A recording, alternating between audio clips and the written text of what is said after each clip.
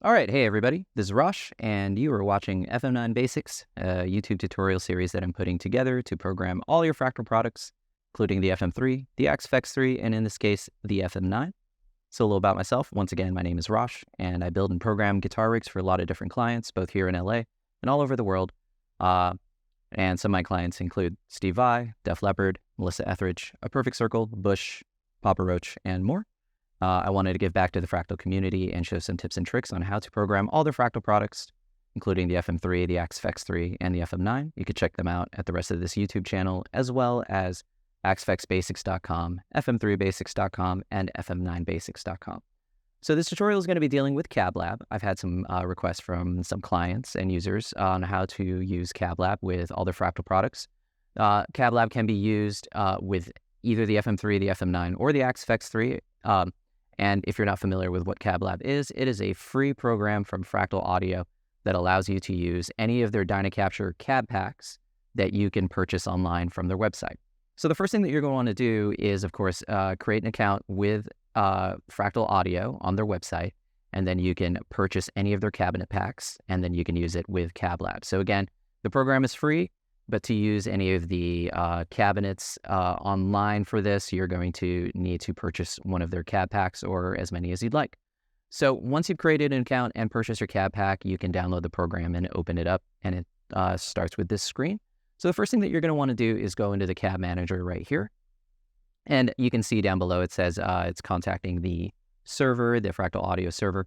You're going to want to make sure that if you haven't already logged into CabLab, you're going to want to log in with your email and your password. And again, this is going to be linked up to the cabinets that you've already purchased on fractalaudio.com. So if you don't see any of your purchases down here, hit refresh purchases and you should be able to see them. And now you can see that I've already installed and have these packs. So if you have something that says not installed yet, you want to just make sure that you hit the install button and then it'll install into CabLab and then link it with your account.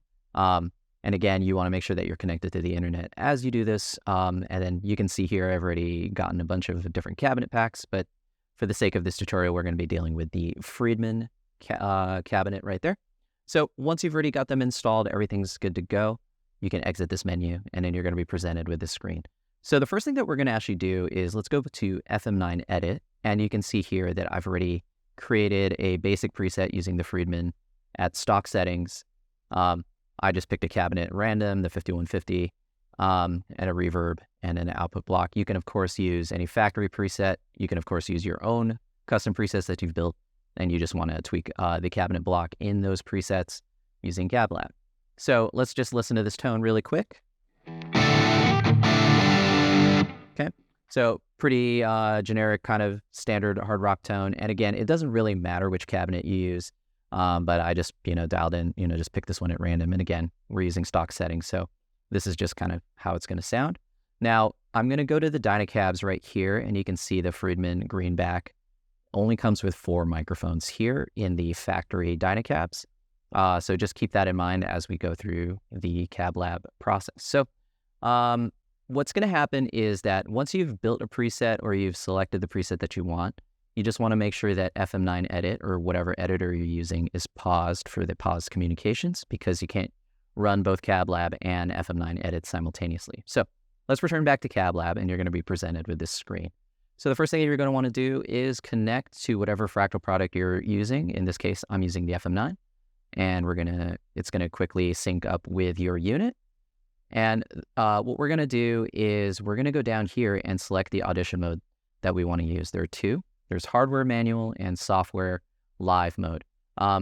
So we're going to start with software live mode, and then towards the end of this tutorial, we're going to use the hardware manual mode, and that'll be more relevant as we get there.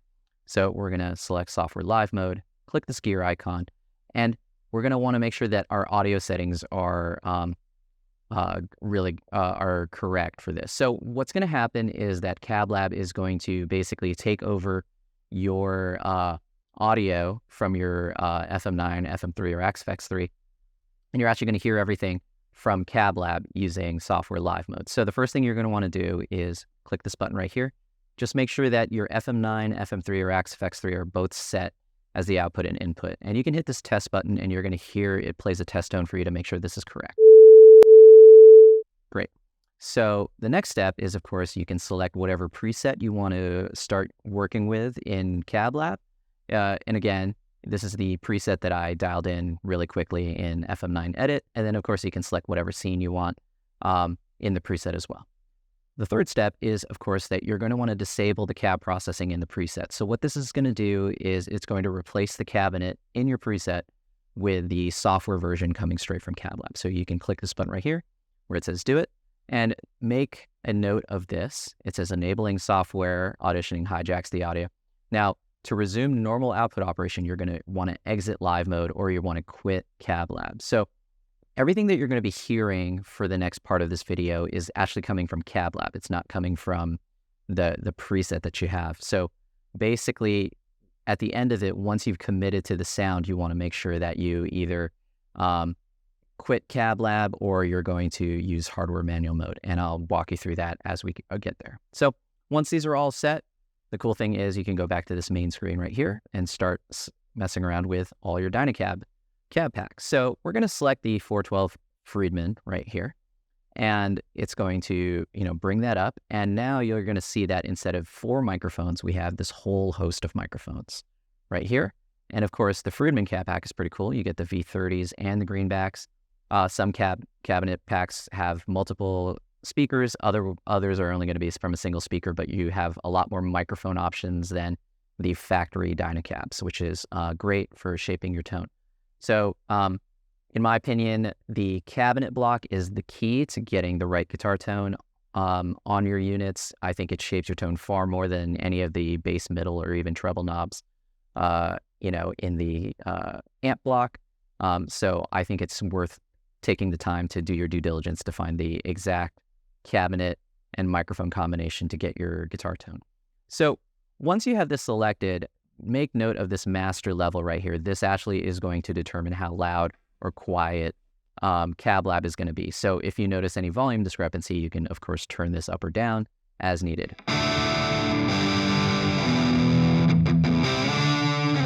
Okay, so that's going to be what the cabinet sounds like at stock settings using this condenser mic. You're going to notice a little bit of latency just because, again, we're using the software to dial in your tone.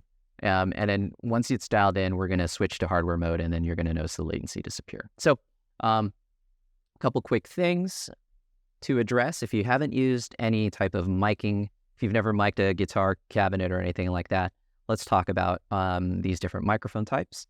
So in the interest of this tutorial, we're not going to dive into every single microphone. I'm just going to make a couple of quick generalizations. Condenser mics are generally full range type of mics. They capture the low end, the mid range, and the top end of the guitar cabinet pretty evenly. And again, there's going to be different discrepancies or different kind of EQ curves between each of these microphones. And dynamic mics are generally going to be capturing the mid-range. That's going to be that kind of thing that helps your guitar tone cut through. And again, each of these dynamic mics is going to be slightly different in EQ. Some are going to be brighter or darker or more mid-rangey than others. But again, this is generally used for the mid-range part of your guitar tone. And then the ribbon mics are generally dark and warm and smooth kind of guitar tones. And they have a lot of low end. And again, the cool thing is in CabLab, you can make a combination of up to 4 cabinets with whatever mic types you want. Now, when you are actually miking a real guitar cabinet, this speaker is right here is going to represent like a real guitar speaker. So as you move the microphone, which is represented by this little circle right here, as you move from the center all the way to the outside, you're going to notice that the guitar tone gets brighter towards the middle and then darker as you move to the outside. And again, you can move it in any direction like this, or like this, or like this, whatever. But again, the general thing that you're going to hear is that the guitar tone gets darker as you move away from the center. Now, the next parameter is the mic distance. This is actually moving the mic closer or further away from the speaker as if you were like if you're looking directly at it. So moving the mic super close is going to add more of the proximity effect, which adds some low end. And then moving the microphone further away is going to remove the proximity effect, which subtracts low end. And you can even see some of how the EQ is going to be adjusted as you move the mic. So again, if we move from the center, note the high end part of the guitar tone. As we move away from the center, you can see that the top end starts disappearing and going down, so that means it's going to get darker. So we can even test this in real time. If I strum a chord, going from the center all the way to the outside, you're going to hear it go from bright to dark.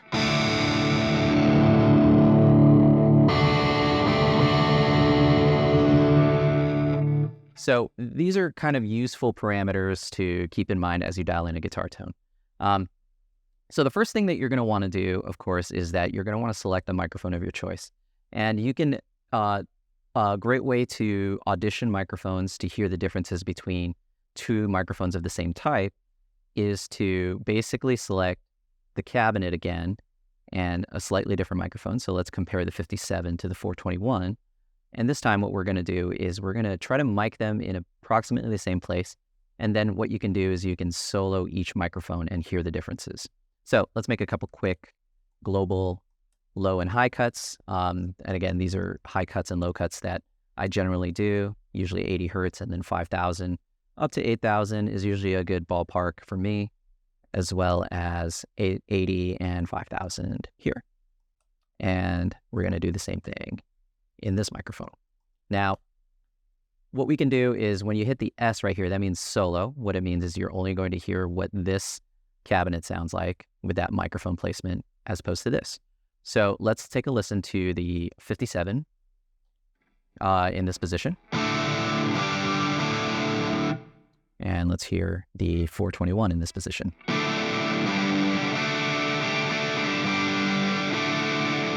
Now it sounds pretty similar, but you can definitely hear that the 421 is a little bit brighter, has a little bit less low end than the 57. So.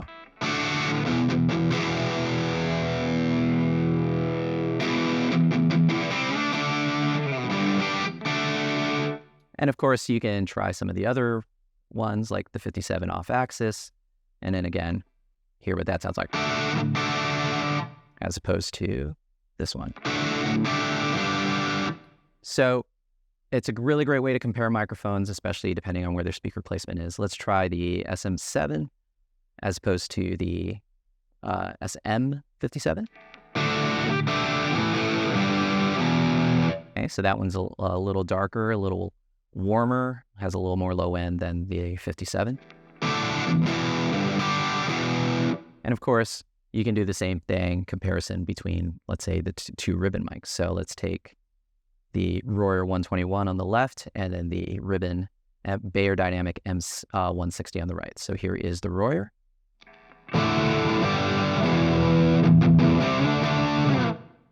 And then let's hear the M160.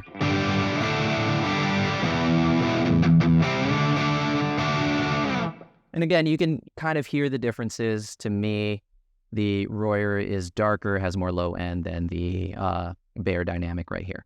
So what we're going to do is let's see if we can pair a different combination for something that I usually don't do. Or let's say I do, not as common as the 57 121 combination. That's usually my bread and butter, peanut butter and jelly kind of combination that I tend to really enjoy and tend to use a lot.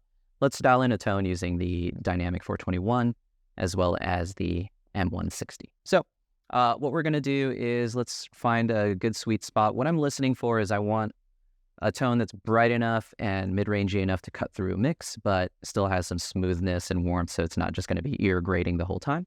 And again, I'm thinking in context of playing a live performance. So here is just the 421 by itself. I'm hitting the M button right here to mute this microphone for a second and just to hear what this sounds like.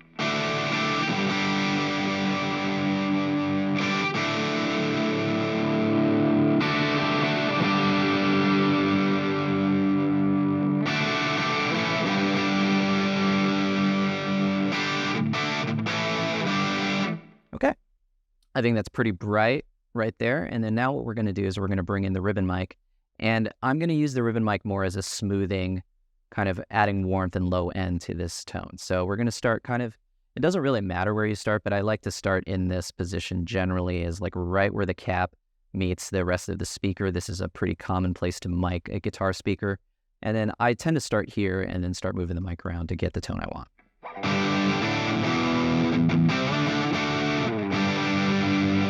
All right, so I'm noticing there's a lot of low end already, but it's got enough definition in the top end that I actually like this mic placement. So the only thing that I'm going to do is I'm actually going to use this slider to subtract a little bit of the ribbon from this mix. So usually I try to do it in either 3 or 6 dB increments, but you can just kind of go from there. So what we're going to do is I'm going to mute this. And then I'm going to hold a chord and then bring the slider back in until I get the amount of warmth and smoothness that I want.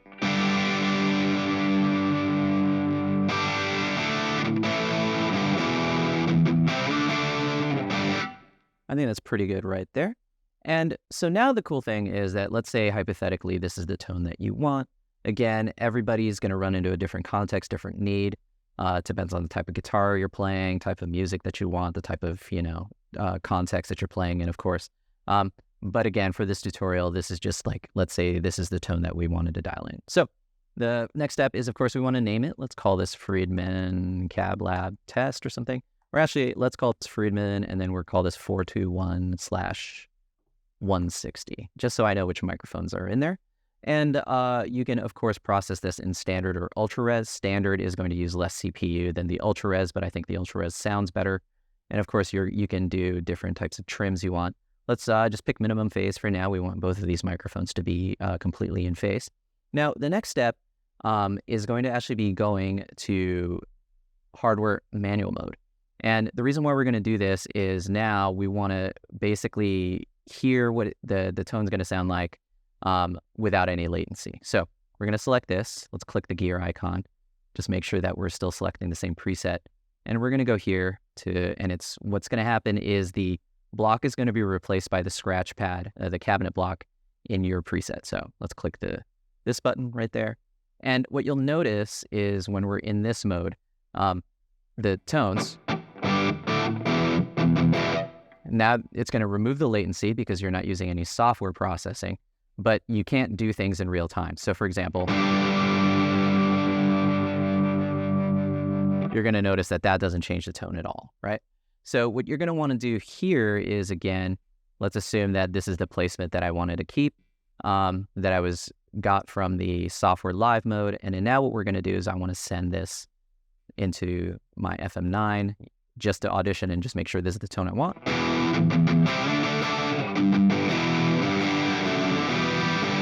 And, you can dial in your tones using the hardware manual mode. That's not a problem. You're always just going to need to constantly keep sending it. So let's say I move the microphone here. Instead, you have to hit send again to hear the changes.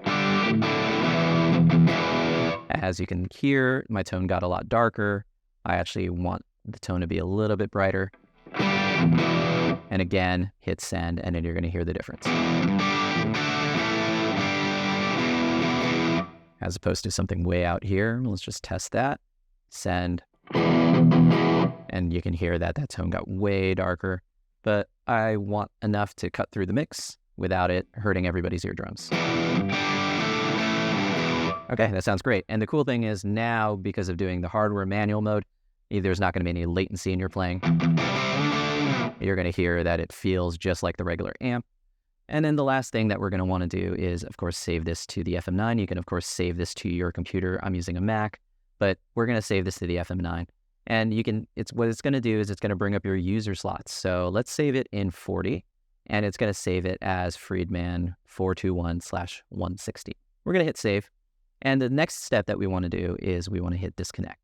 And we're going to pause this. And I usually just want to double check that it's disconnected and pause so that we're not going to get any discrepancy when we go back to using FM9 Edit. So now that we have put the cabinet in our unit, we can go here, and you're going to see that the scratch pad has that test in there. What you can do now is, of course, select the picker, go to your user cabinet, and if you remember, we saved it in 40, but you can see that the name's not there. So one of the things that you're going to want to do is, of course, go to Preferences in the Settings menu, and you're going to want to just refresh the cab names. Because we loaded new cabinets onto our FM9 and FM9 Edit has not synced up with the FM9 yet, it was just paused, we want to make sure that we refresh the cabinet. So now we can go to the picker, go to the user slot, and then you'll notice that 40 is here. This is the cabinet that we just dialed in. We're going to select that, and we, of course, exported it in ultra res, and we can make any of the adjustments in the preamp block as well as some of these other adjustments if we want. So let's just do this again in the preamp tab. I'm going to go do the low and high cuts, and then now we have our tone. Okay, it's a little quiet on my end, so I'm going to raise the volume a little bit. That sounds great. And I would say now we can start dialing in a little bit of the tone that we want. I think it's got a little bit of top end that we're going to roll off with the treble. Let's add a little more bass.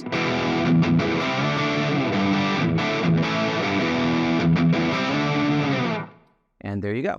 So again, the cool thing is now that you've made this cabinet can be used in any of your presets. So for example, we can take a different amp type. Let's maybe pick the 5150.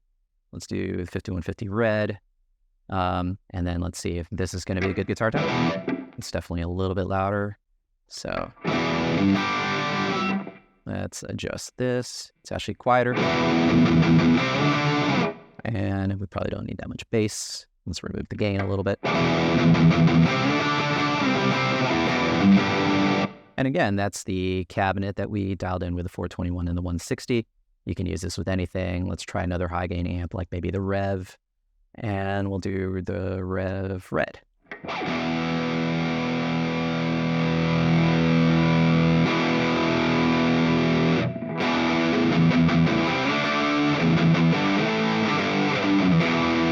So you can hear that this is the cabinet that we just dialed in from CabLab. And you can shape your tone in a million different ways. Obviously, the combinations in CabLab are going to be infinite. But the cool thing is now that you've been using CabLab, this cabinet that you have in your user slot can be used in any of your presets. And of course, you can make any adjustments here in the preamp block to tweak it a little further in your unit. But again, I think this is a good, it's a different flavor of the dynamic and ribbon, but again, it's still pretty useful. And again, there's so many cabinets and so many mic and cab combinations that the options are endless. So that's going to wrap it up for this tutorial. I hope it was useful. If you need any help using CabLab or any dialing in your tones on any of the Fractal products, I work with a lot of people one-on-one, would be happy to help you out. So feel free to contact me directly. And other than that, I hope all is well and take care. I'm falling with you. I'm standing